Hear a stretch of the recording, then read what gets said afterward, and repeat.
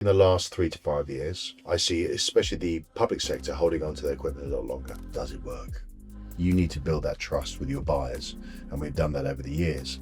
Any auction house, whether you're in the medical industry or not, you need to build trust with your buyers that how you describe it is what they're buying. And that is absolutely essential. And for them, a lot of the time, it's about ease of service, and it's about fluidity of service as well. Can I get a collection within 24 hours? Can I get a collection within 48 hours? I don't have the space. This equipment's coming down now. So we've got to be very reactive with clinical engineering departments to make sure that we can work through them, because a lot of these departments are constrained, by the labour force they have and by the space that they have within their area, to make sure that it works for them. And that's key.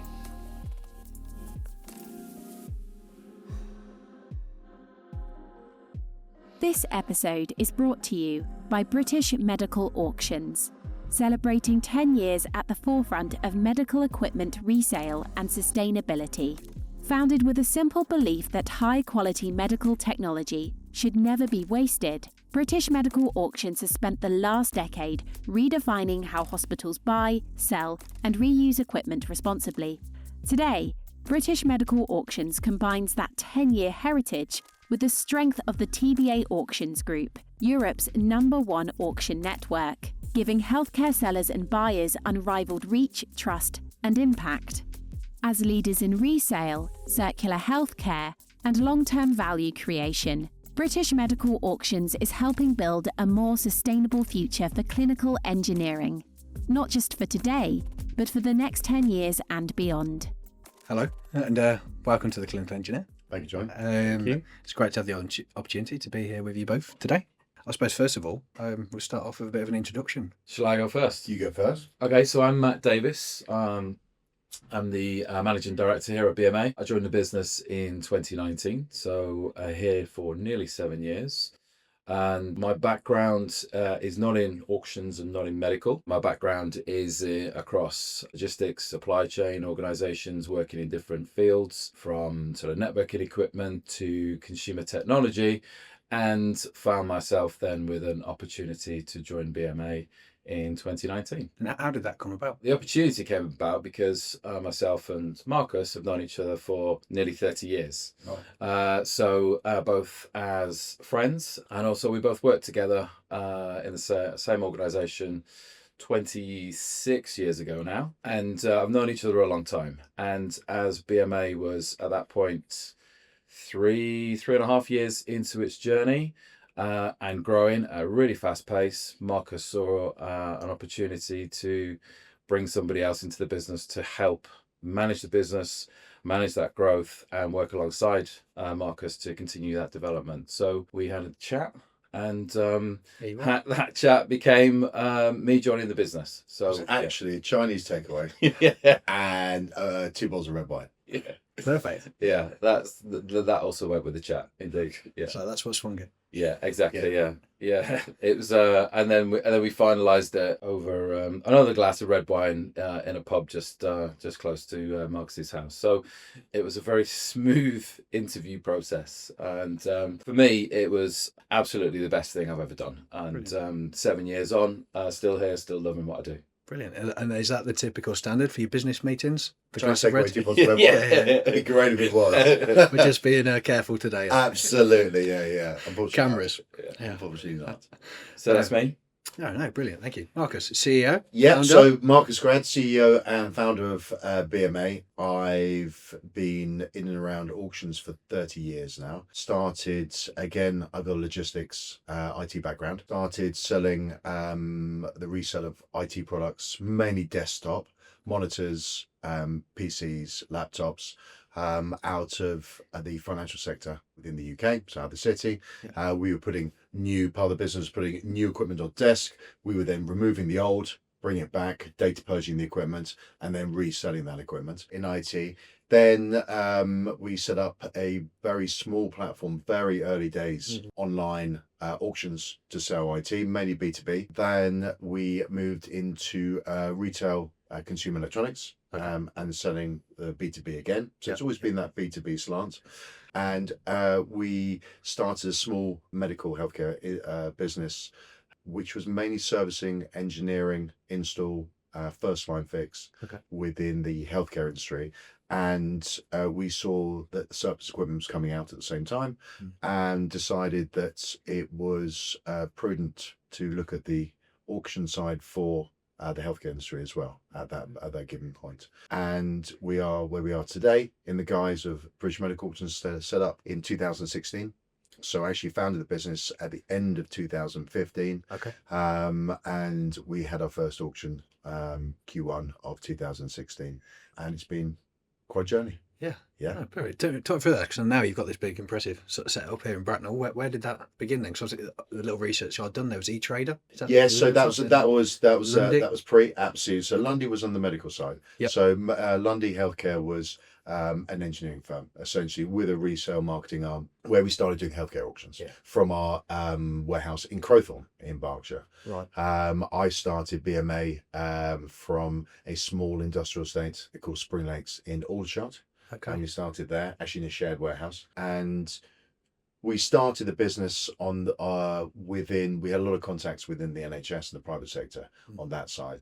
We knew there was a need to maximise returns for remarketing of surplus equipment, end of line stock, and there was a gap in the market to provide that in a far more efficient way.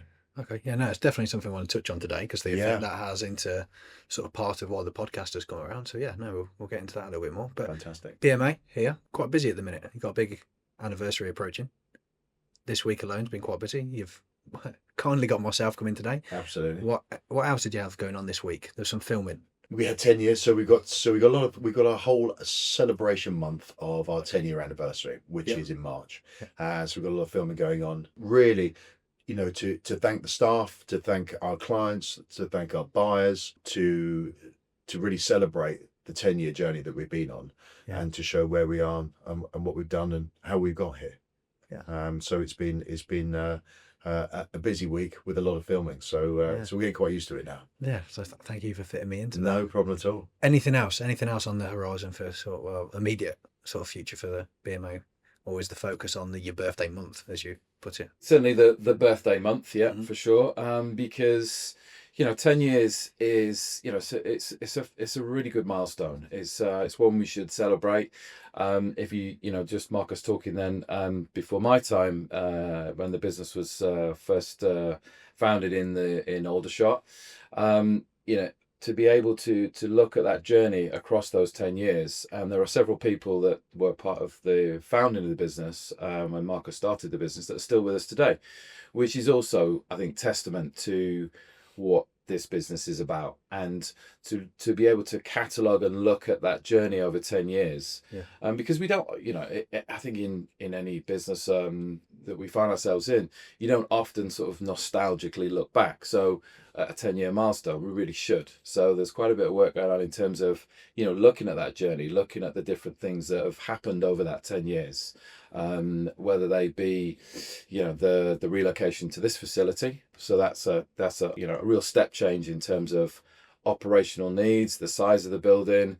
We then expanded this building by taking the building next door, which basically doubled our infrastructure. We did that 2 or 3 years ago. So if you start to chart that 10-year period and the people that have joined the business since, it's a fantastic story and a great journey. And how long in total have you been in this building now, was it? So BMA moved into this building in 2018, and then in 2023 we took over the building next door and knocked them through. So we've now got basically doubled our footprint in 2023. That is a lot of quick growth for the organisation. Absolutely, and it really gave us it was an opportunity as well to we needed to increase the size of the facility operationally. The demands, volume, the amount of activity that we were doing needed that additional space, but it also gave us an opportunity to really sort of make the workplace for everybody working here just that different level as well. And the investment we're able to put into the building, create these nice meeting rooms, better environments. We had a bit more space. it was it's a real sort of boost for the team. And because we work on an industrial estate, but what we've got inside here and what we've got in the building, how we operate, how we interact with each other, it's a really good facility. Yeah, no, it is impressive. It was, to come here today to see it, been aware of you guys for some time, just being in the medical engineering sector. Yeah, no, it was something to look at. Even the games room downstairs. That was a key consideration and priority in the refurbishment exercise we did. I was keen to, as one or two others were, keen to maybe put a little gym space in and potential shower facilities, but that was overruled. So we have a pool table and darts room, but it is used daily. It is you, and I think it is competitively. It starts at 7 a.m. in the morning. There's 7 a.m. darts club. Starts. Well, it's great for engagement, though. Absolutely, isn't it? It really is. It really is. It's such a great little extra facility, and a lot of the team use it on a daily basis. So. Oh, I love it. Yeah, that's really fantastic. Good. But I've not seen it that often. That's for sure. So, Marcus, you mentioned there's a gap. What wasn't working? How did you see that gap, and what were you trying to address? Well, what I was trying to address was I'd been obviously working within the healthcare industry on the remarketing side for some time, and I believe that the broker model was broken. So, i.e., I didn't believe that the maximum return was being brought back to the seller. So, i.e., the vendor, i.e. the NHS, the private sector, the manufacturers, the OEMs, the finance companies, the leasing houses.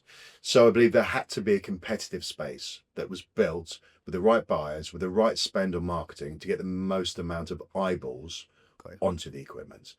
To do that, you've got to create a bidding frenzy. To do that, you need to spend the money to be able to bring the buyers in. To do that, you have to have the right equipment. So you've got to get so many things lined up and put into place to enable that to happen. And I had the belief that we could do that. With the right team, I could create that. And I believe that wasn't happening efficiently at that current time. And how long did it take you to reach that space? Like there's trial and error. You're in the space for I mean, obviously we did our first auction beginning in 2016, and we doubled the size of the business year on year out for 8 years. So we've had a lot of investment, obviously a lot of investments ploughed back into the business, but every year we doubled the size of the business, and that was born on the back of having some very loyal hospitals, relationships, the proven market that we actually put together, the platform that we had to show that we were getting increased values for the equipment which was being sold, and that spiraled, and then the word went round that we were getting increased values, and we were dealing with equipment. We were dealing with equipment with regards to liability, with governance, data purging. The end result was a net increased value within the equipment, and that was key. So the size of the check was getting bigger and bigger and bigger back into the vendor, which meant we were getting more equipment out. I suppose what I was able to do from just speaking with marketing team, doing a bit of research on it, I thought there's a huge emphasis on that focus with people and partnerships over the simple transaction. It seems to be like an ethos put out by the company. Absolutely. Is that fair to say? Very much so, yeah. I mean, people businesses, as most businesses are, and I think it's having the right relationships and the right professional conversations, both with your clients and with your buyers as well. And I think it's important as well. The buyers play equally a big role into this as well, because if you're describing equipment as an auction house, we're describing equipment which is as described, and we're telling them exactly what that equipment is like and what the equipment actually is in the first place. Then when they come to collect it, there are no surprises. So they're collecting that equipment, they're buying that equipment, and they're going away. And we are purely an online auction house now. We used to do live auctions, and where we'd have people in the room. And when pandemic hit with COVID, we decided to go all timed auctions, and that's been fantastic for us. It means that we're able to run auctions nearly every single day of the month now. What is the reach you're getting from these auctions? Where are the people coming from? In terms of buyer reach? Yeah, and I think it's an important point that Marcus makes there. We have as many industries or businesses may have as well, but we have two types of client. We have a seller and we have a buyer. And, it's really important to sort of distinguish the two relationships, but they are equally as important in terms of relationships of making sure that we're doing the right thing for those customers. So focusing on the buyers, we now have, on an annual basis, we have buyer engagement, bidding and winning and shipping to over 100 countries. Okay. So it's growing year on year in terms of where that engagement's coming from. Where are those buyers based? They genuinely are based, across all continents. Clearly, we have some buyers in the UK. We're a UK business, but much of a significant percentage of our equipment is shipped internationally. European buyers into the Middle East, into Africa, South Asia, as far away as Australia, Hong Kong, South America, and North America. So our buyer network, it really is touching all four corners of the world. There's a figure I was past: 750,000 bidders. At a group level, that's the number of bidders that we have at group level. Okay. That's an interesting point to bring up as well. The larger. Yeah, absolutely. Exactly. We we can touch on that now. We became part of TB Auctions. Yep. At the beginning of 2022. TB Auctions from the end of 2021 into 2022 and subsequent to that had acquired a number of different auction companies across Europe. Okay. Different industries. We are the one in the group that is specialist in terms of the industry that we sell in, the channel that we sell in, if you like, which is purely medical. Yeah. So we became part of the group in 2022, and the group leverage that we have is exactly that quoted number that you have there. Across all our brands, we have 750,000 bidders active across all our auction brands. So it's huge, and that's also part of the journey for us was, and also part of the journey for the group was to look at what we do and what we've done successfully here in the UK and also into France. We launched in France in 2019. Is to both leverage the skills and the network that we have to increase the eyes on the equipment that we're selling on behalf of our sellers. That's absolutely key. We want as many bidders as possible looking at the equipment that we are selling for our sellers, hence with that group leverage. And in addition, the kind of other way around is how to then replicate what we've done really successfully here in the UK and France across those other countries. Okay. And that's absolutely been part of the journey over the last 4 years as being part of TB Auctions. And how big does that team in France look? So in France we have 13 people, a smaller version of BMA, but absolutely the same process. They are working directly with public sector, private sector, finance companies, manufacturers, and we have a similar buyer base, not exactly the same, but we're able to then leverage that buyer base from any that are domestic French specific into their international bidder base as well, as well as what we have here, and tie that into that whole group bidder base. Right. Incredible. Nice. Personal level for yourselves, what does day-to-day look like here at BMA? Day-to-day, well, like I said, I joined the business nearly 7 years ago.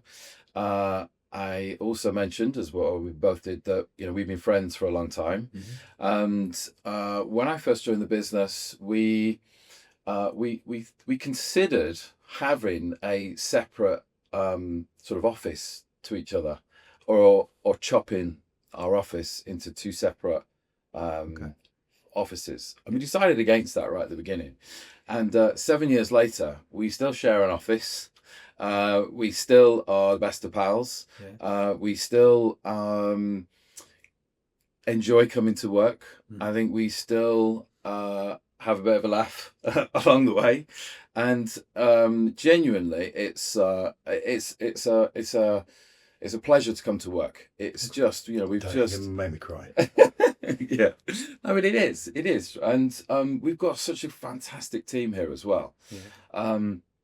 There is, sometimes, of course, day-to-day work can sometimes be an issue or a problem, but Our day to day is always looking forward. We're not looking back at a problem or something from, a week ago or 2 weeks. We're always looking at what's happening tomorrow, next week, next month, next, to the quarter. And So we're is always that forward that looking. sort of way of thinking just built into you guys? Is that just something you've adapted over time, where you've thought, oh, like I think you've learned from experience? I so think let's it's not built dwell, into or is it just who it's you built are? into the ethos and DNA of this business, Okay.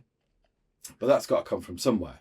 So, I'll give you the credit that it comes from. I think it comes from the DNA and the ethos that Marcus started this business with, and that comes from your DNA and your ethos. It's about always looking for the next opportunity and what we can do better, and what the sort of positive outlook is, and that entrepreneurial, customer focused way of doing business, and that's what it's about.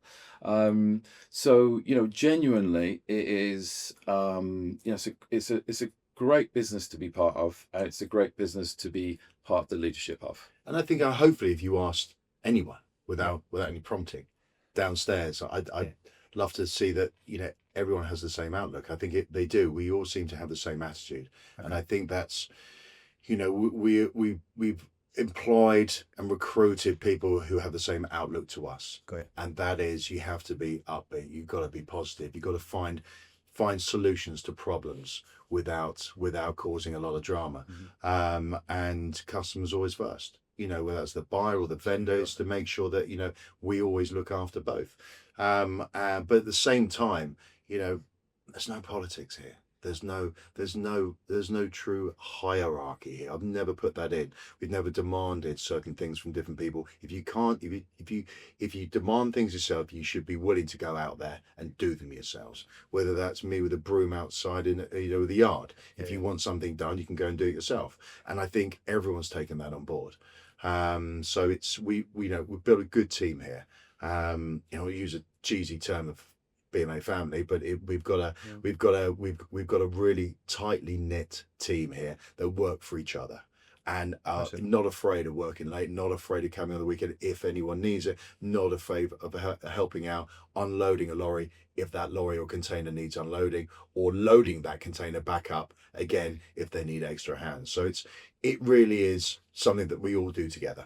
Oh, fantastic. And what does that team look like numbers wise? How many have you got across the business here? So in the UK, we have 33 people. Okay. And that covers obviously, leadership, operations, finance, sales, across the whole team. And over time, we have, we've always been quite lean in terms of the amount of people we have in the business for really the size of the business that we are. Over the last 12 months, we've added a few extra people into the business, specifically marketing. And, there was an opportunity there for us to look at really how we do our marketing and increase the number of people in that team. So we've been over, 5-6 years, we've been sort of just adding extra people where we see the need to do it. Okay. But at the same time, as Marcus says, it's keeping that sort of tight knit team where everybody can work together and work with each other. And I think what we've seen over the last few years as well is, moving away from the sort of live auction piece. I think one of the keys to any business, and certainly what we identified for ourselves, was, what we need to be doing everything that this business does all the time, as opposed to there being just maybe a build-up of a certain function to hit a monthly single auction, which was a bit of the traditional model. Okay. But to do that, it means you're only ever doing one thing for part of the month. Then it hands over to one thing for another part of the month, and I think where we needed to get to is we wanted to make sure that we were doing everything all the time. So what we've kind of created, absolutely the expansion in this facility has given us the opportunity to do that, is we built a real nice machine. So it's going back to the original question of what does day to day look like. We kind of, we come into the business and the machine is working. The machine is working, in terms of, it's equipment in and it's equipment out. But there are, all the key steps in between that are just constantly moving. So we've built the ability to be able to flex in terms of volume with the right approach, the right thought process, the right procedures, the right teams working together. So it's a constant machine that just keeps moving every single day. You're drawing on your backgrounds there from even the data wiping of IT equipment, which is hugely relatable to a lot of medical equipment, which is holding patient data, to the logistics of making that beast Absolutely, yeah. run itself. Yeah. Okay. Thank you. What's the great success you've achieved in your careers to date, without it being maybe what's in front of us right now, what's already been discussed? Is there another key sort of moment which you would attribute any of that to? Is there anything which stands out? I think for me, it's part of what I do now. I think to be able to come into this business when I did, and with a really clear strategic sort of goal from Markus of what he wanted this business to become. And that was to continue the growth, build the right structure in the business, and in the event of an opportunity which came, to become acquired by a larger group, and become part of that bigger group. But to be part of that team that was growing that business, and also then thankfully 4 years later still very much part of that business in a bigger group. That's been fantastic from my perspective. Okay. Yeah. I think from my perspective, I'm very proud of seeing the process work, i.e. the whole life cycle work within the business, such as from employing people, making a difference to their lives, to taking equipment which is no longer needed within the UK healthcare sector, bring it back into ourselves, consigning it, selling it, and then seeing it go in a container or collected by courier to an emerging market, call it somewhere in South America, call it in India, Pakistan, or Eastern Europe, where we can give it a second life, and it can continue its journey, can continue its life cycle, so it can be reused again. And that's a really proud moment to look at an item which is 6 years old, and it can be used for another 10, 12, 14 years old, without having to spend the money to be able to go out and having to buy new for those emerging markets, which they essentially cannot afford to do. So we're providing a healthcare facility and healthcare devices that was unreachable before. And for me, that creates an entire ecosystem. A total ecosystem that is really proud to be part of. And I think for me, if you look at it and you look back and you take a step back from it all, from your day-to-day work, and go, that's something to be really proud of. And hearing the stories and seeing the way the equipment ends up as well, that's really key. We get a lot of stories, and we get a lot of pictures coming through from buyers who say, thank you so much. We've now got a dialysis unit in Ghana that is being set up. We've got 15 of your dialysis equipment all running. We didn't have anything for 900 miles within the vicinity. That's a story. That's a story that we heard about 14 months ago, with all the pictures of that's what we've created there. We weren't able to do that because we couldn't get the funds together to buy new equipment, and we're able to do that. So it's really, really interesting, and it's really building on that. And that's where I see the future going, is how do we build on that effect, to put money back in to CapEx for the equipment coming out for the vendors, and to provide the equipment into the buyers to be able to then to continue providing the service within healthcare for their patients. And what is that next step of support for these emerging markets? Maybe how do you see that progressing? From ourselves, I mean, we're an auction house, right? So we either look at stepping one step into, do we look at servicing? Do we look at partnering with services companies to say, would you provide maintenance support for the install going in, or ongoing servicing for that equipment? I think there's a lot of things that can be done, and that we have plans for as well for the future to help that initial process go one step further, 2 steps further, 3 steps further. I think it's a good message to give to the vendors as well. A lot of vendors as well, when I say vendors, we're talking hospitals, clinics, so forth. what happens to our equipment? Where does it go? It's not only the finance, it's not the money going back into procurement or money going back into clinical engineering or back into the finance division or department. It's also, where does that end up? Yeah. And if we can show and demonstrate that, and then show them the ongoing story of that equipment and where it goes, then it's a good news story. Well, the moral story of it, the sustainability story to it, and Absolutely. yeah, no, that is important. It's, some people who care more than it just going in the back of a tip, right? Completely. And I think working with different European countries as well, especially with different clinical engineering departments across Europe, so from France and the Netherlands and Sweden and so forth, the different drivers especially within biomedical engineering departments, which is really interesting. Some are very finance driven, and that's here in the UK as well. Some are more sustainability, environmental. So it's, as long as you've got the wrappers around it with data purging, with compliance, with governance, with your ISO accreditation, as long as you can wrap that around it and make sure that the liability is taken away from the vendor, from the hospital, and looked after in a compliant and governed way, then that's the most important thing. Then where it goes, they enjoy that story.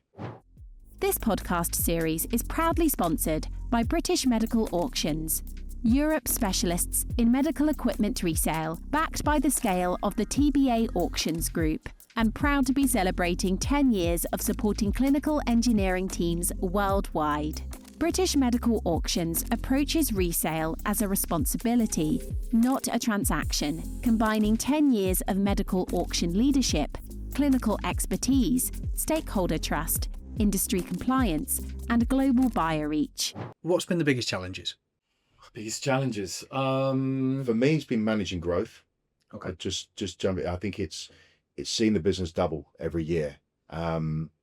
Is making sure that we could safely guide the business to double the jumping of the net auction sales to the amount of lots that we could do and so forth. Expectations growing around. Absolutely. And to be able to maintain that growth curve as well, which was extremely steep.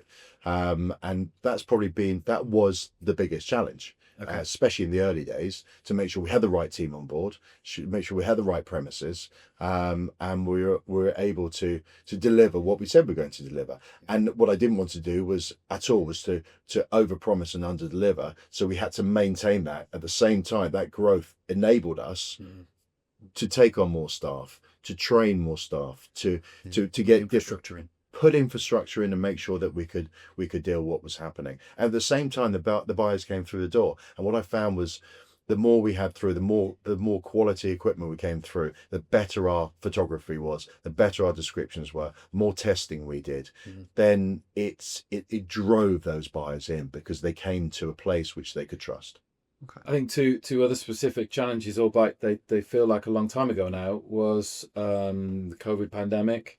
Of course, that was a challenge for many industries and many businesses, and also there was whilst we're a UK business, the impact to a certain degree from Brexit that came in more of a challenge onto our buyers, because as we just mentioned earlier, our reach is international. So those two things kind of came fairly quickly, one after the other as well. The impact from the COVID pandemic, of course, is we're in the industry where our sellers who we support are hospitals, and so we needed to be, in the right place at the right time as and when their support was required from us.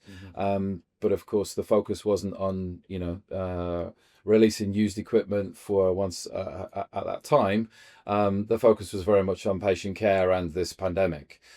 So we also then had to ensure that we continued to operate as best as we could, as many other businesses at the time.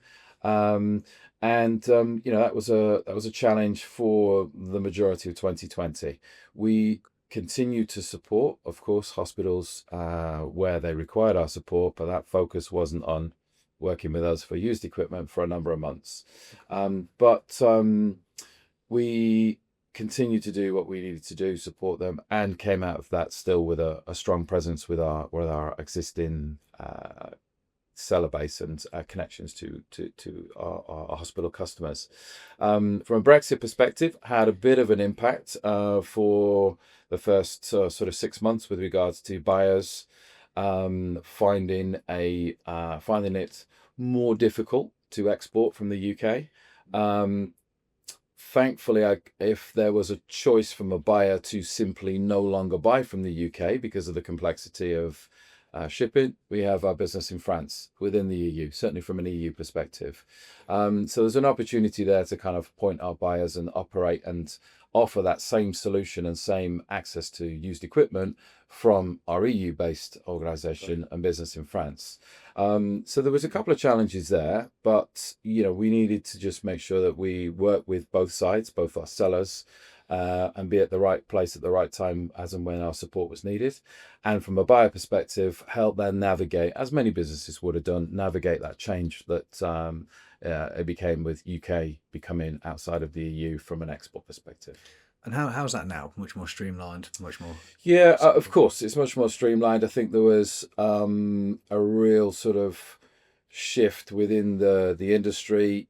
Thankfully, we both and one or two others in the business have logistics and shipping experience from our backgrounds, of course. So we understand the market, understand the industry, and know people within the industry. So we're able to kind of help our buyers navigate that change. That it's buying from the UK from our buyers, they're buying used equipment, but there's still the same expectation, of course, in terms of international trade, and therefore there is an increase in cost for certainly for our EU buyers in terms of being able to buy from the UK. So it's a few years of working through that now, and we've got a pretty streamlined operation with our buyers and with their network that they use in terms of logistics, so it works. But it's another challenge that both us as a business and our customers had to get through together. No, absolutely. I think the biggest sort of wake-up call I had to it, I was just a simple service technician at the time. Yeah. And during that Christmas period of changing over, the year, I'd ordered some column covers, and it used to come out of Bordeaux. Okay. Me, just Johnny Wall at my house. I've got these like custom sort of charges. Yeah, and you need to understand it, and it's a cost. Because it's shipped to Johnny Wall. Yes. It's You're then liable. Hold on, what's going on here? So luckily straight away, all risk and concern removed. Took a picture, sent it into the office and deal with. But hello, like we used to have this stuff regularly turn up. Next day deliveries, like the standard in the industry to get back to the customer, get the equipment working. Yeah. And you've got this like £850 sort of fee. I was like, no, I haven't. this is not Johnny's problem. But that was my small understanding of what changed overnight, just with absolutely. No, thank you. With your experiences, success, obviously clear success here with the business. Is there anybody you look back on who's been fundamental to you, like you've learnt off, who has been sort of that guiding role to yourself? So it looks like you've sort of fed off each other a little bit over the years. I'm just looking under the table, and I think we've morphed into one. Right, in 7 years, Johnny, because I was looking, we've both got exactly the same trainers on. I just noticed that. Yeah. I'm thinking, you got my trainers on. You got a blue jumper on. Have you got a blue jumper on? Yeah, you got something white underneath.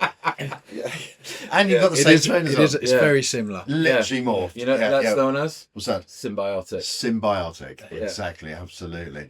We end up buying the same glasses, I reckon, as well at some point. But yeah, I think it's been a huge learning process. I think you learn from everyone all day long. And we have so many people come through this building from vendors to buyers. And you pick up experience and you pick up their feedback as well on a day-to-day basis. And you try and adapt to your best ability to make sure that you can provide the ultimate service. And I think that goes with everyone here. I think from a single individual, no, but it's taking a lot of advice, mentoring, and expert knowledge from different people who've been in this industry for even longer than me, that they can give you that guidance to be able to do that. But I think it's got to be yourself. It's got to come from you at the end of the day. Whether you lead a business or you're led within a business and have aspirations for leadership, I think it has to come from within. to be able to make those right decisions, and stick to them and have the belief that it will work. I think for me as well, every business that I've worked for has been a entrepreneur owned and managed business. Yeah. So I've always worked in that. I've never worked for a big corporate. I've always worked in that environment where, and it's the owner is the leader of that business. In different industries, but always the same sort of approach and always very entrepreneurial led. And I think looking back across those different businesses, I've always had, a good relationship with those owners, whether working directly for them initially or later in that organization. So I've fed from those people across the different companies that I've worked for to see these guys own it. And if you when you own a business, you might make some mistakes. There might be some things, but you learn from those mistakes. And if you're part of that as well, you can you can just start soaking up that experience. And I think that for me has always been always been sort of building the experience for me as I've gone into different businesses, and I've taken that experience with me from the last business I worked in into the new business. And similarly here, in the this business was founded by Markus. He's therefore you can sort of live and breathe off the owner and how the owner drives that business, and then you become part of it and bring your own experience to it. So that environment for me has always worked really well. You've been in clinical engineering for many years, and you've worked for manufacturing and so forth. Have you had the similar experience? I was going to say I can relate hugely. Obviously, there's a lot of stuff I've been involved with and had the opportunity to take advantage of in a relatively short career in medical. But I stepped into it with Steris, and hugely corporate, massive effort, and that was a service engineer role. So you weren't day to day involved, but that first step into a commercial role at Dismit Medical, you were around the decision makers, the individuals that set the business up, and it gave me a completely different insight. There was even more this involvement, which, as a field service engineer based out of the centre of the UK, you're not really that involved. You're just one of many. And all of a sudden, I was involved with a product, and I was the only one specialising in the UK pushing it. It was and seeing how other people worked at that level, how they'd achieved it, and that's sort of gone on. It's been smaller players in the market who, I think I'd like to think one day that I'll be able to take something from them all, and Exactly. applies. And now I can usually relate. I've not gone into a big OEM in a commercial role where maybe the brand sells it rather than the individual and the relationship you have to build. It's been the smaller player up against the Goliath. So I completely get that. No, thank you. So centering a little bit back to the heart and what made the business Resale. How has medical equipment resale changed over the last 10, 15 years? Obviously, you've probably been pretty big sort of players in that change. Yeah, absolutely, and it has changed. It has changed, I think, fairly dramatically. I see, especially in the last 3 to 5 years, I see especially the public sector holding on to their equipment a lot longer. So the age of equipment coming out is older when it's coming out. Still well maintained, and still in good condition, but we're seeing equipment come out which is aged compared to what we've seen. Well past its sell by date. Yeah, it's been held on to longer. And though that is funding constraints within the NHS especially, but has had an impact on the private sector as well. So we do see aged equipment, which I suppose 8 to 10 years ago, and prior to that, we were seeing equipment come out quicker, faster, volumes, rapidly. And I would say between 6 and 9 years old, a lot of equipment came out, and now we're probably seeing between 9 and 15 years old coming out. So so there is basically this holding on to equipment constraint from especially from biomedical engineering departments who haven't got the ability to say to procurement, we need some more equipment. They're saying maintain what you've got, keep what you've got, and maybe parts harvest what you got as well. So make good. Yeah. And we see that a lot more than was. Whether that will change again and come and that's cyclical, I think it will.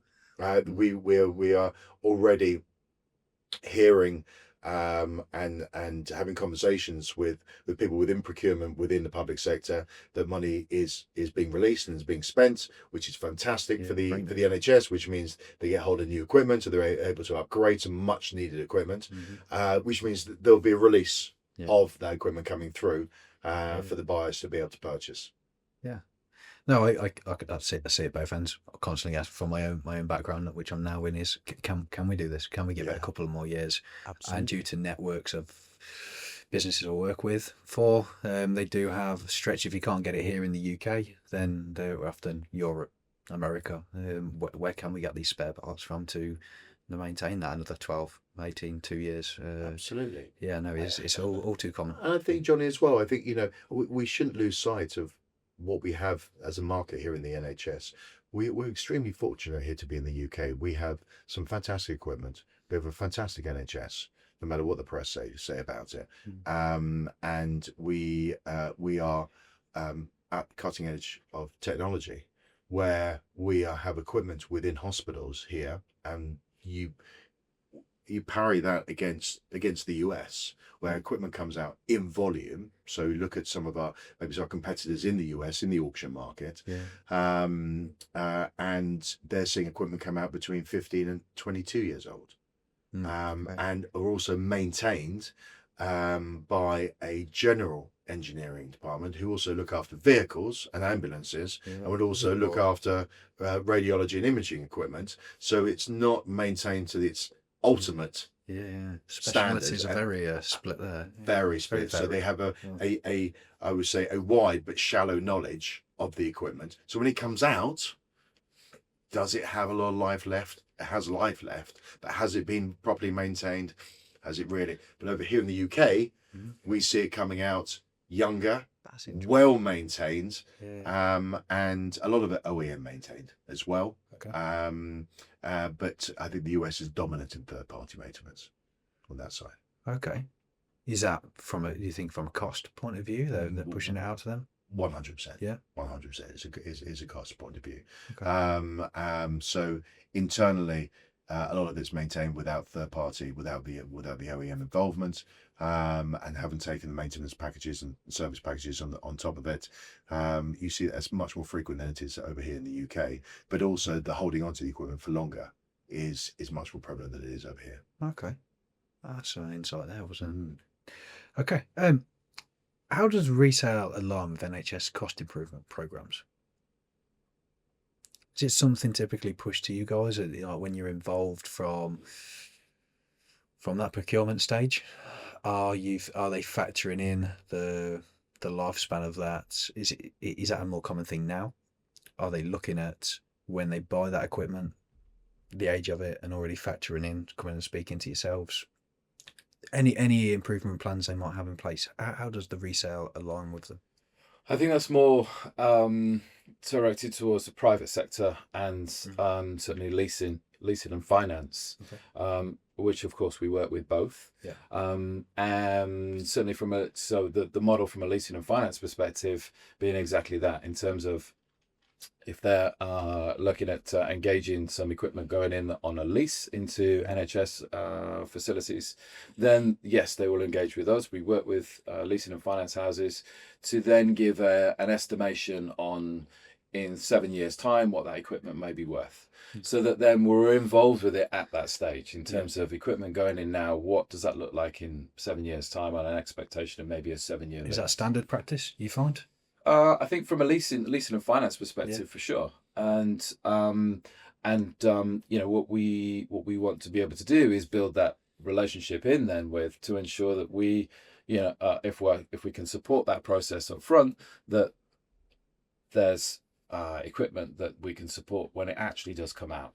And over time, then there should be a cycle, not just waiting 7 years and something happens and another 7 years, but over time with the right relationships that we can continue to support that procurement model. Okay, and I imagine it makes a lot more sense for them to have that healthy idea of what's built in and required, as much as we've said they want to hang on to it for maybe double that time if it's outright capital sale. But I suppose no nasty surprises are jumping up on these finance departments. I suppose it must be packaged into the thinking.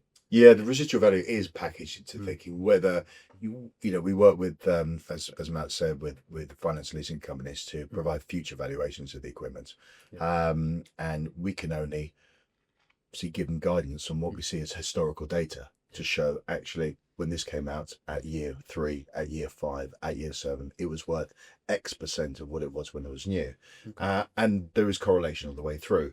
But it does depend on the market. It does depend on so many different factors, because it depends on what spare parts are available at the time, what's driving the market at the time, what's driving the marketplace in certain sectors, and there's some hot OEMs so for instance in the Asian market, Southeastern Asian market, you've got tier 1 OEMs, Philips, Siemens and GE, but you'll find that the secondary market, maybe with the likes of Canon or Fuji or Hologic, they can't get the parts, they can't get the engineering, they can't get the maintenance packages with them, so they're not supported as much, which actually drives value down on those tier 2 OEMs. Yeah. And how competitive do you see sort of OEM buyback schemes in addition to your own services?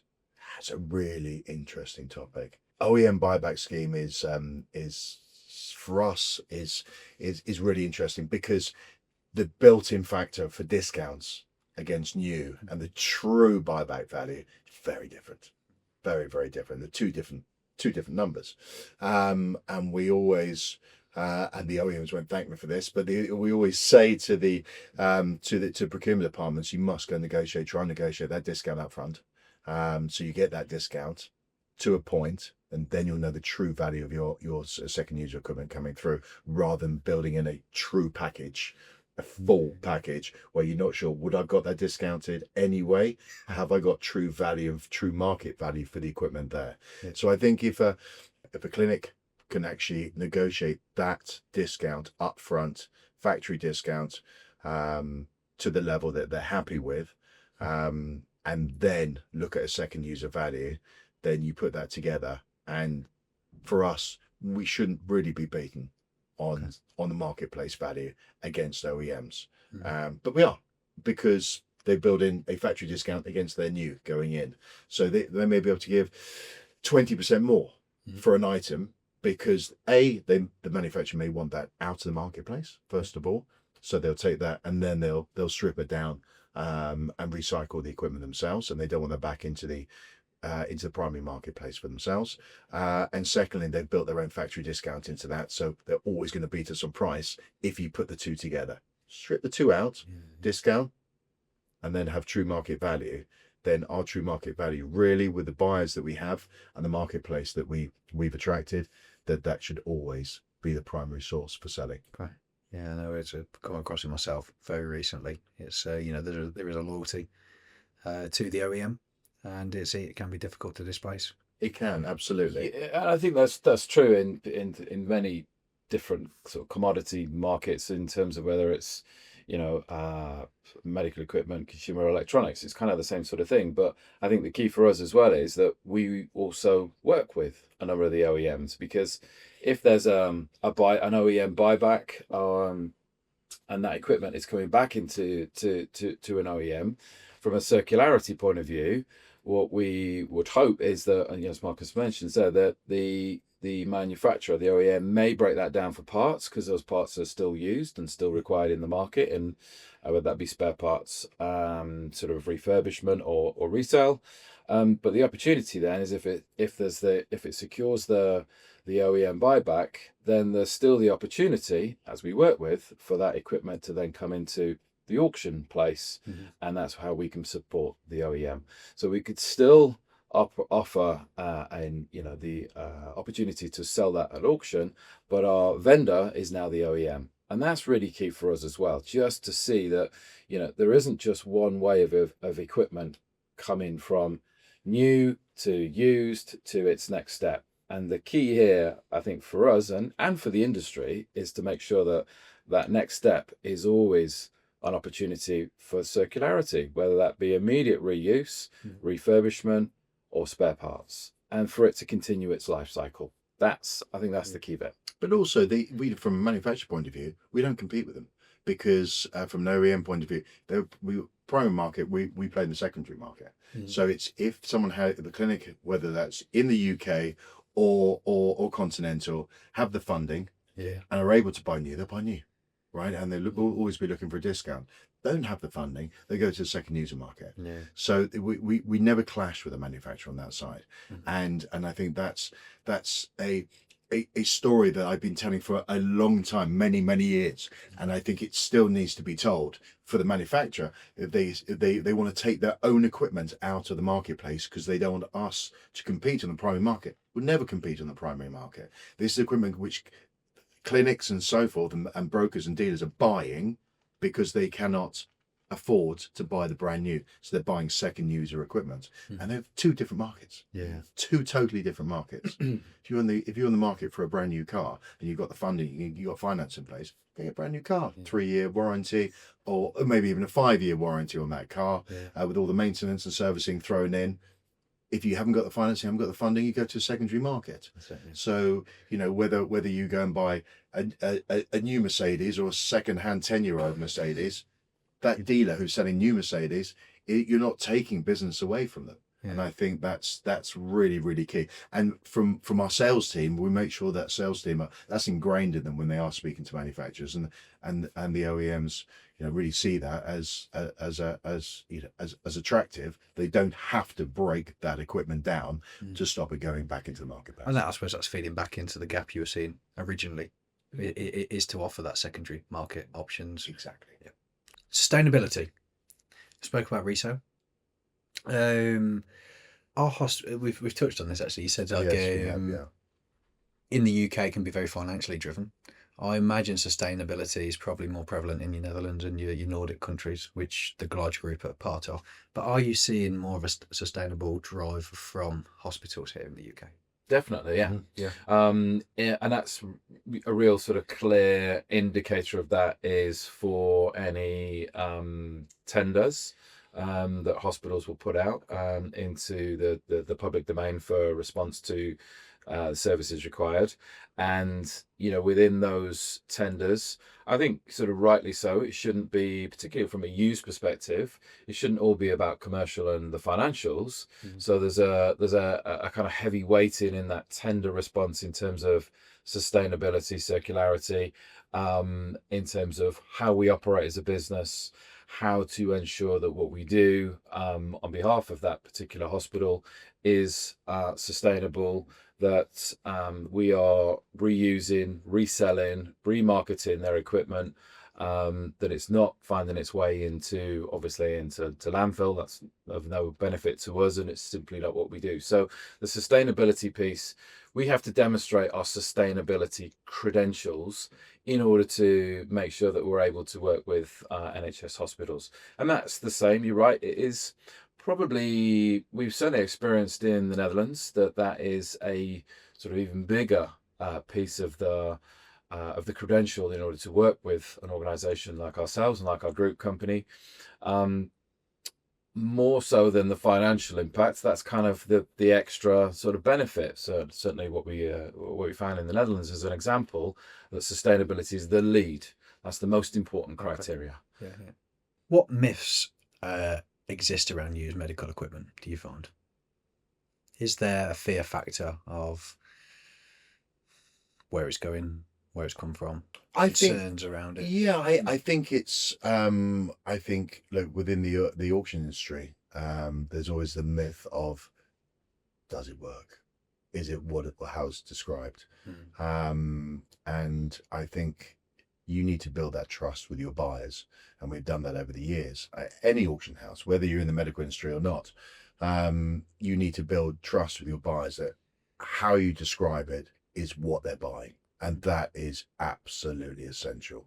And I always say to the buyers, and what we have within our T's and C's, if it's not as described, then they can return the product. And we get very, very, very few returns, because they have to know what they're buying, and they're buying it remotely. Remember, they're buying it online. They're buying from, as I said, over 100 countries. So they need to know that what they're buying is as it's shown in the photographs. That's why we have to have multiple photographs of the equipment, the front, the back, the inside if possible, the sides of the equipment, and then any image as it's switched on, if it does power on, of the equipment as it is working. And that's really key, is to make sure people have the confidence to buy equipment as described, and not be taking a punt on the equipment to say it might work and may not. We give them the ability to say, this doesn't work, it doesn't power on, it doesn't switch on, it's priced accordingly. They face it, they know where they stand at 100%. Absolutely.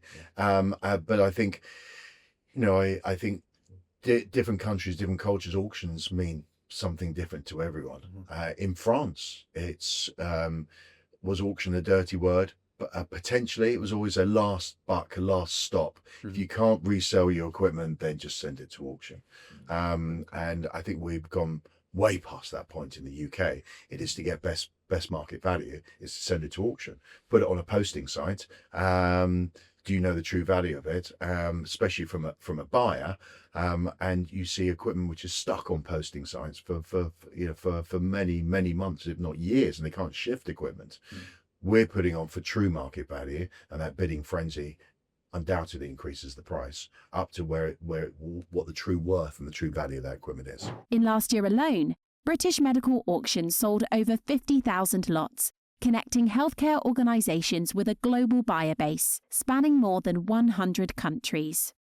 That confidence you mentioned, establishing the greater network to begin with. Did you have contacts from the history, from your previous sort of time in the auctioning environments? How did you establish that network with these far reaches of the world, your emerging markets, South America, you mentioned? How did you get that? I think really from our marketing drive. We from day one, I spent money on marketing and made sure that paid search was up, made sure the socials were up to date and were clear and defined, and also from a reputational side, to make sure they knew that we were selling the equipment and it was as is. So we got the message out there very quickly, and it grew. All these things take time to grow. So you look at a buying base which started, which was of a size which grew rapidly as the business grew. And I think the more equipment you get through, the more, as I said, more quality equipment you get through, the buyers follow. As I was told by a gentleman in the States who had a very large medical auction house, and he said, "But you build it, Marcus, and they will come." And they did, and it was true. So the need and the demand for surplus equipment, especially in the medical devices, outstrips the supply. And still that is the message today. We need equipment. We are looking for good quality equipment, which is, as long as the demand is still there, and which there's no reason why it would erode over time, then we need to keep supplying it. With that, building that confidence, do you have these sort of strong reference points of repeat custom, same guys, same teams going back to you from these far reaches, which you are then able to lean on and say, "Oh, look, if there is any questions, is this for potential new customers to go to and say, look?" Yeah, I think there's both. There's despite the fact that we're an auction business, and therefore, as Marcus said, auction historically can sort of come with an expectation or feeling of risk, because you're buying from auction and it's not a consumer purchase, it's not new, it's unlikely to have maybe service records, and certainly not got a warranty. This is used equipment. But traditional sort of or a typical type of buyer for ourselves it's a B2B transaction. So we're dealing with people who are in the industry. Our buyers are in the industry. They understand the equipment, and they have they have good knowledge of the equipment. We present it in the best way possible, so they know, even if they can only see it through a video or through photographs and the description that we present it, they've got the confidence of how we presented it. So that's the first bit. And once once they've transacted with us, we've transacted with them as a buyer. These are recurring buyers. We've got a really big network of recurring buyers, as well as our marketing approach and trying to reach new customers, new buyers in different markets, leverage the group infrastructure, is to then push some more activity and more buyers towards us, building on that reputation, building on that recurring buyers, as well as new ones coming in. And it just builds the pot. It builds the pot of people and who can access the used medical equipment from the UK. So I think, I know what you mean in terms of, what are the myths around used medical equipment. I think they are that. I think they're myths. And I think that's, it's not certainly the used medical equipment for us we're not trying to tap into a consumer purchase necessarily, because it's not a consumer purchase. Individual consumers are not going to be sat at home wanting to buy an ultrasound probe. It's a B2B purchase. So it's important to sort of differentiate the two and really focus on building those buyer relationships so that they come back and they're repeat buyers. And then they're existing customers, as well as we get new, you register, you have a look, see what there is, and as soon as we see a new engagement with a new buyer, we've got our customer service team here, who can reach out to those new buyers, explain how it works if they're not sure, understand what any specifics in terms of what country they're from, how they're buying, what their shipping options are, and just take them and handhold them through that journey so that ultimately they become a recurring buyer as well. Brilliant. Clinical engineering department. What role do clinical engineers typically play when engaging with yourselves at BMA? They have a very big role, and take responsibility and decision making a lot of the time on what gets released and what doesn't. So we work very, very closely with clinical engineering departments to be able to show them, to give them a steer on valuation of equipment and what's coming out. And for us as well to understand the procurement process and B, the disposal process that they go through to ensure that we have some sort of idea, we have an eye on the next 3, 6, 9, 12 months plan of that particular department. But I think, we need to know the needs of that department. They need to know as well from us what the market looks like at this present time. Is it the right time to release this equipment? Am I going to get true market value at this particular point in time? And for them, a lot of the time, it's about ease of service and it's about fluidity of service as well. Can I get a collection within 24 hours? Can I get a collection within 48 hours? I don't have the space. This equipment's coming down now. So we've got to be very reactive with clinical engineering departments to make sure that we can work through them, because a lot of these departments are constrained, by the labour force they have and by the space that they have within their area to make sure that it works for them, and that's key. How does it benefit the resale of equipment? How does it benefit the clinical engineering departments? I think it's one piece as well that's really important that does to benefit is compliance as well, because hospitals working with us, they need to put a trust in us that we've got a process driven, a clearly documented, compliant process end to end, because we take the responsibility for the equipment at the point of collection. It's bringing that equipment into our facility, ensuring that equipment, where necessary, is checked for any patient data, ensuring that equipment is presented into the auction anonymously from a seller perspective, ensuring that we present it in the best way possible, as we just mentioned.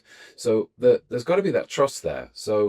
And that trust is built up over A, providing a great service, I think, but also B, having the right relationship. And our sales guys and our account managers that have that relationship, they've built these relationships up over many years. Yeah. So we're an extension of that clinical engineering department. We're a trusted extension that when they need, us to arrange collection and do all the things that we do from thereafter to ensure that equipment is removed from their asset registers, sold at the best price. So there's clearly the financial benefit back into that team and that trust, but also to make sure everything's been done as it should be. And I think that's really important, that we become an extension of their requirements from a compliance process. Obviously, the compliance side is going to build that confidence in them, as you said. How do you present that they're getting the best value and install the confidence that they're getting that coming through BMA for the old equipment? Well, I think them, we talked about earlier as well. Just it's a sort of the demonstrable amount of eyes that we have on it, right? The number of bidders that have access to our auctions, certainly across our group, is significant, and that from I think Markus talked about sort of the OEM trading piece earlier, and there's clearly different ways that used equipment can find its way into the second tier market. But I think if it's going to be resold, the best place for it to be resold is with the most amount of potential buyers looking at it, and that's really the important piece, because it's not a fixed price. It's going to drive the best price on that day, and the market price is determined on that day, and ensuring that there are thousands of bidders able to access and see that equipment in our auctions. I think that's really, really key, just to ensure that we are delivering best market value. Market trends. Is there any equipment types which you see right now, or typically are, I suppose, more desirable than others? What is the quickest sort of turnaround of equipment? What are people asking for? What's hot at the moment? What's hot? What's hot in the market? What is hot at the moment? I think for us on a monthly basis, radiology equipment is always hot. I think we work with lots of different sellers with regards to radiology, both public and private sector, and so just on that, we're talking imaging equipment. Correct. Exactly. Yeah. CT, MRI. Yeah. Fixed and mobile. Yeah. Fixed and mobile. Ultrasound, mobile X-ray for CT, MR. And the full scope of that, the big capital units, or down to bladder scanners. Is it anything in between? I think, well, we also have a marketplace offering as part of the business, which specifically supports hospitals with larger fixed modality equipment, so CTs, MRIs, X-ray rooms, etc. Yes, that's clearly a hot market as well, because the number of systems that are available on an annual basis is obviously smaller compared to mobile equipment or ultrasounds within radiology departments. But I think from our from what we see from our buyer engagement, we clearly, as a business, we track lots of KPIs in terms of activity and buyer engagement with regards to different auctions, and radiology equipment, certainly, I think endoscopy equipment as well. These things sell pretty much first time. The whole, we can have a whole auction and pretty much sell everything first time, which is, that's a fantastic sort of KPI and statistic to be able to present as an auction house, that we can sell it on the first hit, and we'll sell it for the best price with multiple bidders and multiple bids going after that same product. So certainly those two, I think, within in addition as well, we sell a lot of ambulance equipment and defibrillators. Okay. Yeah. We typically target those into individual auctions, so it's really sort of targeting buyers who are only specific in that market, because clearly it's different from some of the equipment within hospital environments, and also that sells really quickly, really well, lots of buyer engagement. So I think for me, looking at it from a BMA business perspective, and the transactions and the KPIs and the results and the buyer engagement, those are three of the sort of top categories, if you like. Is there ever been some emerging technologies you've come across which have been difficult to resell, I suppose? I suppose the Chinese market has been interesting. Okay. The Chinese market has exploded in terms of radiology, medical devices over the last 10 years. It's been slightly more prevalent in the UK market in terms of new equipment coming in. Does it hold its residual value? Not as well as traditional OEM tier one equipment at all. Yeah. Is that harder to sell? Not particularly, but does it generate the same residual value? No, it doesn't, unfortunately, because it's sold in at a lower price point to start with. Yeah. So it makes sense, but the technology is not as hardened as you'd find a Siemens ultrasound selling with against a Chinese potentially manufactured ultrasound, which comes in at maybe a 30% of that Siemens ultrasound as a price point to begin with. Yeah. It has a lifespan probably of 5 to 7 years, where your Siemens ultrasound may have a 25, 30-year lifespan. So it's, there is a big difference in it. Is this would this be a collection of it being an unknown equipment, even coming into here, someone taking a risk on it originally because of cost, and then when you're trying to push that to outer stages, we don't know who that is? Is it the support, the quality, a mix? I think that's probably. I mean, I don't think we find anything necessarily difficult to sell, because, but it depends. As Mark says, it depends on what the residual value expectation. I think a big part of our buyer markets are emerging markets within the healthcare equipment sector. So they will typically be looking at equipment that they know there's support for, and they know there's the training that's already been in place. So it can be manufacturer sort of brand loyalty almost, because of the training that exists in those healthcare environments in those countries. So newer technology, I think, would certainly maybe rule out certain countries or certain healthcare environments that simply have never used it before. Yeah. But with the sort of expansive buyers that we have and countries that are represented through our buyers, I think that somebody buyer-wise will buy everything that we present. Okay. But I see it, as technology advances and the experience of especially some of these emerging market technology that's building this equipment, I certainly see the market trends actually jumping up and getting better on residual values, where you'll see more of it in the marketplace. Spare parts become more prevalent, so people are able to service and maintain that equipment in the secondary market, and the technology has become more robust. So I can definitely see the swing in emerging market equipment going the other way from residual value, which is a good thing. Yeah. How do you see the secondary market evolving over the next 5 years? I think that certainly from our perspective, that auction as an option from a secondary market is one that will continue to grow. I think it's, as we discussed already, that placing a piece of equipment into an auction marketplace will drive the best market price for that piece of equipment.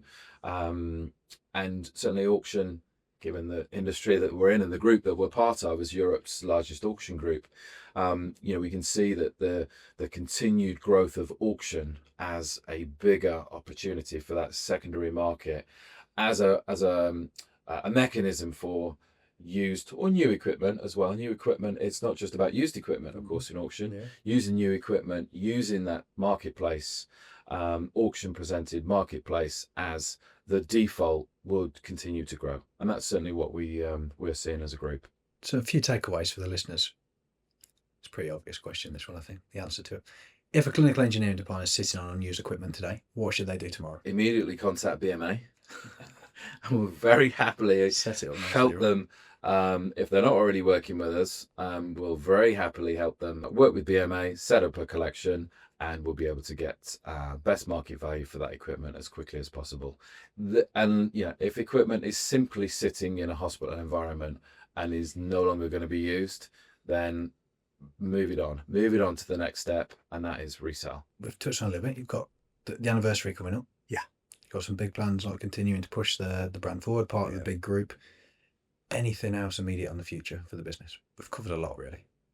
We have. There's a lot of plans in place. There's a lot of things in play at the moment. We're expanding all the time. I think for us, we are expanding geographically as well at a rapid rate. We've seen the take up, especially in continental, has been huge. And we're currently in the throes of 4 new operations within mainland Europe that Right. we are more than set up. We are already collecting equipment, Okay. which we'll be promoting on our site on BMA in the coming months. Well, that's sort of led me to the next question. Where can they keep up to speed with all the changes and updates and releases going on? So, BritishMedicalAuctions.co.uk okay. is where we have it. You look on our news page. You also look at our featured upcoming auctions as well. So we've got auctions at least 3 to 4 times a week. Yep. And the idea, the holy grail is to have 24/7 medical device auctions for people to browse and bid on. Yeah. And that will be a thing for the future. But it's coming. I think, the most important thing is for us is that people sign up for our newsletters. People sign up for our information packs. They can contact us a multitude of ways, but we're very good at pushing out. So if you sign up with us, then if you want to be contacted by WhatsApp, if you want to be contacted by email, you want to text contact, no problem at all. We'll give you all the latest auctions that are happening that particular week, and all this. And they can also segment those as well into specialist auctions. So if you're only interested in endoscopy, if you're only interested in what's happening in the radiology market, you'll be able to segment that as well. So you don't get bombarded with all the auctions coming through. Okay. We'll put this in the link to for the show. Okay. And where can listeners find yourselves? What sort of platforms are you on where they can engage in? Get LinkedIn. In touch with LinkedIn. Yeah, Absolutely. LinkedIn, of course. Yeah. And as BMA as well, we've got a number of different social media platforms as well. So you can find us on through Facebook, through Instagram, obviously LinkedIn as well, and of course our own website.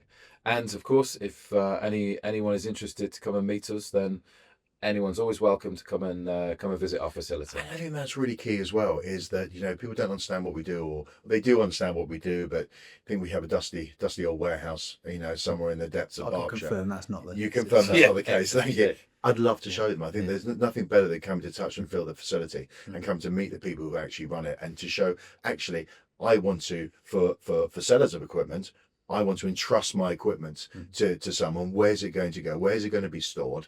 Who's going to deal with my equipment? And who's going to deal with the liability, data posting of that equipment as well, and everything that goes with it. So that's really key. So we have open door policy. Anyone wants to come and see us, give us a ring, make an appointment, come and see us. I'll definitely recommend it. It's been a pleasure to meet you both. Thank you, Johnny. Here today. Thank you. Thank you for your time. Thank you for having me. And also a big thank you to the marketing manager, Anna Lee, for getting this set up and reaching out in the first place. She's been brilliant. And so have you guys. Thank you. Thank you, Johnny. Very Thank you very much.